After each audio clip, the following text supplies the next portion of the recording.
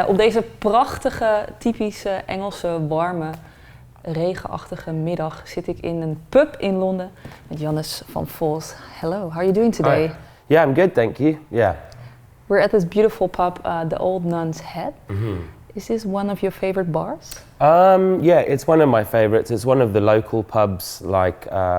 So me and the rest of the band all live nearby, and we made the record just down the road, about a 10-minute walk from here. This is where the studio that we made the album in.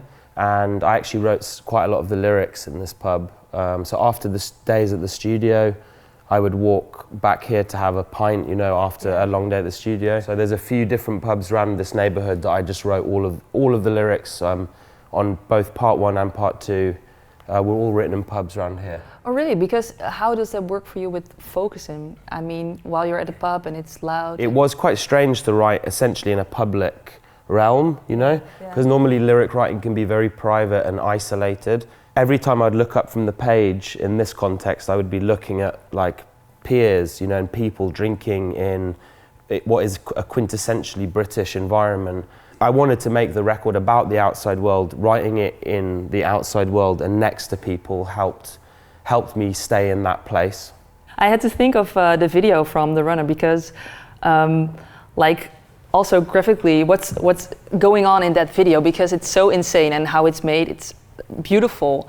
Could you describe a little bit how that was? So there was an amazing director called Quentin Duronzier, and he wanted to essentially visualize the lyrics, and the lyrics are both about combating oneself and one's darker psychological issues perhaps, but also that the song takes place at the beginning of part 2. At the end of part 1 there's lots of songs about fire imagery and stuff. So it's about trying to find a sense of purpose amongst the wreckage. So he found an actor that looked sort of like me, who's a great guy called Vincent Hanan, an amazing actor.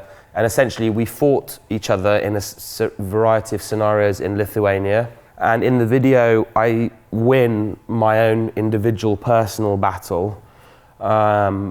Once the personal internal battle has been conquered, you look out at the external world and see that maybe the battle there has been lost, or that you've got a much bigger challenge that's facing outside. And I think it's an important message because often we can become preoccupied with our own problems, and particularly at a time like this, it's important for us to try and solve the wider problems that are outside us. The album is darkish, what I like. How does that feel for you to release this album and the theme that is going on? Well, I feel like it suits. I'm glad that this record is coming out in October because it definitely feels like it has that kind of color scheme. Even the artwork feels, it has that type of color scheme of autumn, and there's something almost slightly macabre in it. As a band, we feel really excited in the sense that this is the most ambitious project we've done. We've written something that has 2 sides to it, and people have only seen the first side. And so we're about to unveil the second side, and you will get to the end of the story. So that's exciting for us because we've known what the end of the story is for a long time, but we haven't got to share that. So that's going to be cool. And then we're going to tour and play some shows next year with a new set. And that will be great. We're excited, and we feel, I guess, proud of the fact that we really tried to push ourselves, and hopefully it's been worth all of the extra work in doing 2 records. Do you analyze how the songs are working on people and thinking about the second part, maybe we should adjust it at the set list? Yeah, you definitely continually adjust when you're on tour. Obviously the records, like the actual music on the record was recorded and finished a long time ago. So for example, if we come back to Amsterdam, it will be a much different set from Paradiso, or certainly a different set. And then you just evolve it on tour depending on what's working and what isn't, and how you want the set to flow and build. So. Yeah, and also with the new singles, I think it's still important for you, right, to have this serious and dark lyrics, but also the songs and the tunes that you could dance to, right? Yeah, definitely. I mean, that's the thing. We talk about I find this in general with interviews, that I'm always talking about the lyrical themes, and it always feels quite serious and dark. But really, the fundamental heart of the band is that the actual music is something that is fun and physically gratifying. Like, we always want the records to be enjoyable. You know, we don't want it just, it's not meant to be kind of a lecture. No, exactly, yeah. So like songs like The Runner and Like Lightning and Neptune, when we start touring, like, we're super excited to start playing those live, and then also have them alongside songs from 2008 and 2013, and just to create a kind of patchwork, you know, and show how much great material we have, because we have 6 records now, which we never thought we would even have one really at one point. So it's a pretty cool feeling. And are you able to play the guitar again because of your hand? Yeah, I can play. Yeah, I can play.